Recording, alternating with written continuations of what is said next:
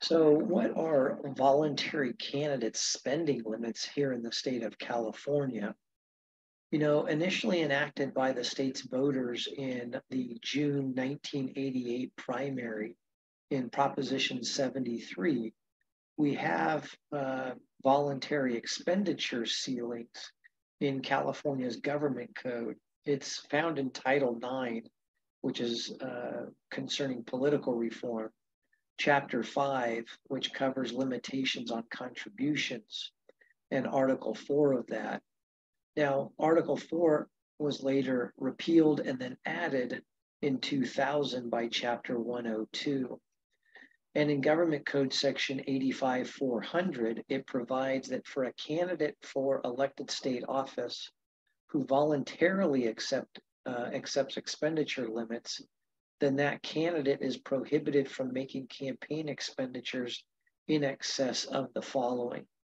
For an assembly candidate, 400,000 in the primary, 700,000 in the general. For a state senate candidate, 600,000 in the primary, 900,000 in the general.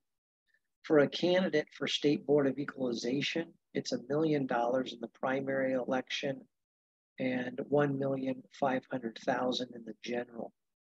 For a statewide candidate other than governor or State Board of Equalization, it's $4 million in the primary election and $6 million in the general election.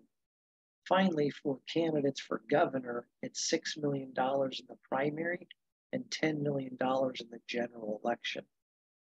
Now, pursuant to Government Code Section 85-400 Subdivision C, a campaign expenditure made by a political party on behalf of a candidate is not attributed to the limitation on campaign expenditures that we've just gone over.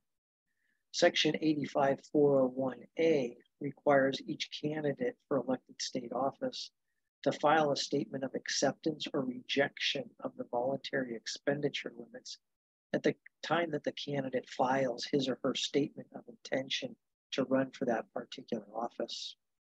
And pursuant to Section 85-401B, a candidate may, until the deadline for filing nomination papers, change the candidate's statement of acceptance or rejection of voluntary expenditure limits, provided that the candidate has not exceeded the voluntary expenditure limit by that time. In Section 85-402 of the Government Code, it specifies that any candidate for elected state office who's filed a statement accepting the voluntary expenditure limits is not bound by those limits if an opposing candidate contributes personal funds to the opposing candidate's own campaign in excess of the limits we've just mentioned.